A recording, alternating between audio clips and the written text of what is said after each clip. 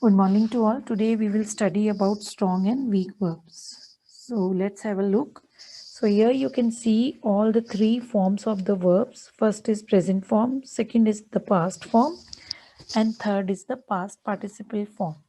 Now when we talk about verbs, verbs can be action words also and verbs can be linking verbs also.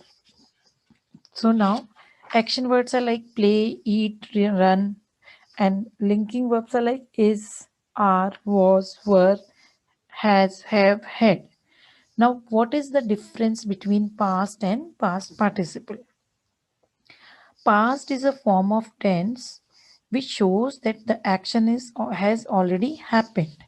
But what is past participle? It is a specific verb form and it is used in past and present perfect tenses. It is not a tense but it is a form of verb and it cannot be used by its own. So now when we want to change any verb into past, like if I take a base verb play, I have to change it into past. It will become PLAYED. Only I am adding ed to it. But when I want to change into past participle, I need help of auxiliary verb. So when I will change it into past participle, my verb base form of the verb play will change into have played. So this is the difference between past and past participle. Now let's study about strong verbs and weak verbs.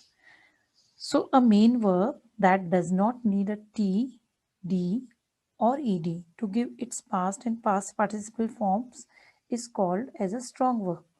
Or you can say strong verbs are those verbs which form their past tense by merely changing the vowel in the body of the present tense without adding ed, d or t.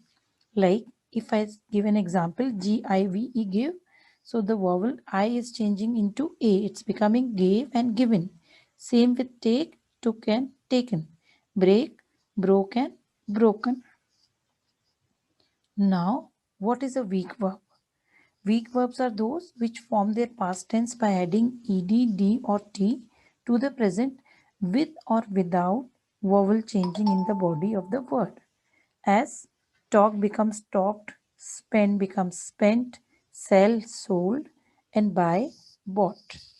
And here also you can see that a main verb that needs a T or D to give its past and past participle forms is called as a weak verb. A main verb that loses an E from its usual form. Usual form means base form, suppose the word is bleed. So it's losing E and it's becoming bled and bled. Past also bled and past participle also bled. So it is also known as a weak verb. Now a verb that does not change its usual form in all the three forms, it remains same. Some verbs are such like they do not change at all. They remain same in all the three forms like cut, sat and put. So that becomes what? That is also a weak verb.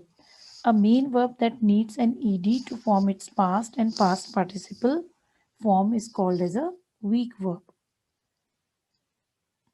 Now when we talk about regular verbs and irregular verbs, first we should know what are regular verbs and what are irregular verbs. So regular verbs always puts a question what and irregular verbs always puts a question how. So now when we are talking about regular verbs, regular verbs, the verb is in if only needs d and ed to make it into past, but when we talk about irregular verbs, they do not follow any fixed pattern. So here you can say when we change play into past, it becomes played in past form and played in past participle form. Study, the word is ending with y, so we have replaced y with ie and added d. It's becoming ied studied. Same y again, y is replaced with I and ed is added here. So it becomes buried. Now irregular forms for verbs, they do not follow any fixed pattern. They don't end with ed also. Some irregular verbs have a vowel change in the past form, like become becomes became, give becomes gave, drive becomes drove, and forget becomes forgot. Other irregular verbs have a different change, like teach becomes taught, sell sold, take took, drive drove, build and built. Now we'll just study about strong verbs and weak verbs. So before studying about it, again I'll just tell you that regular verbs always form their past and past participle by adding d or ed, and irregular verbs form their past and past participle forms by different changing. Like I have already told you, in some cases it remains same in all, and in other case, like it it changes, like it totally changes all the three forms. Now what is the difference between strong verbs and weak verbs? Strong verbs, they create a clear image, they convey a degree of meaning, and they are preferred by the readers. But when we talk about weak verbs, they do not create, they create a fuzzy image, means they do not create a clear image, and the meaning is not clear, it's a muddled meaning, and they may confuse the readers also.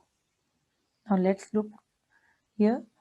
A weak verb fails to convey a clear image. We can understand this with the help of the given example. Robert said hello. So here said is a weak verb because it is not giving a clear meaning. But when we put how did Robert say hello? So when we say Robert yelled hello, shouted, so all these verbs here, yelled, shouted, whispered, sang, laughed, they are all what? Strong verbs. Now again one more example. So before that I'll just tell you one more thing, that linking verbs are also weak verbs because they do not show any action. So these are the linking verbs: is, are, was, were, be, being, been. Now weak verb example you can see on the screen. Mary is happy. So is here is exists as a weak verb because it is not creating a clear picture for the reader. But when we say happiness surrounds Mary, Mary glowed with happiness. So surrounds and glowed are the strong verbs here because they are conveying a clear picture to the reader, or they are giving a clear meaning to the reader. Now strong verbs. Again, how they create a clear image? Examples are given. Julio hurdled the javelin. Fear consumed Jennifer. The fox howled in pain. So here the verb hurdled conveys an image of strength. Consumed suggests that Jennifer can't escape the fear, and howled suggests the fox is in great pain. Now, how can you use strong verbs? First, you have to identify the weak verb. Second, ask the weak verb how. For example, Teresa walked to the store. Ask how did Teresa walk? Third, you rewrite the sentence with a strong verb. Now, how can you write? Three examples are given here. Possible rewrites: Teresa ambled to the store, Teresa skipped to the store, and Teresa limped to the store. This way, when you are using ambled, skipped, and limped, your verbs are becoming strong verbs. And when you are simply writing Teresa walked to the store, so that is your weak verb here, walked. So now ambled means what?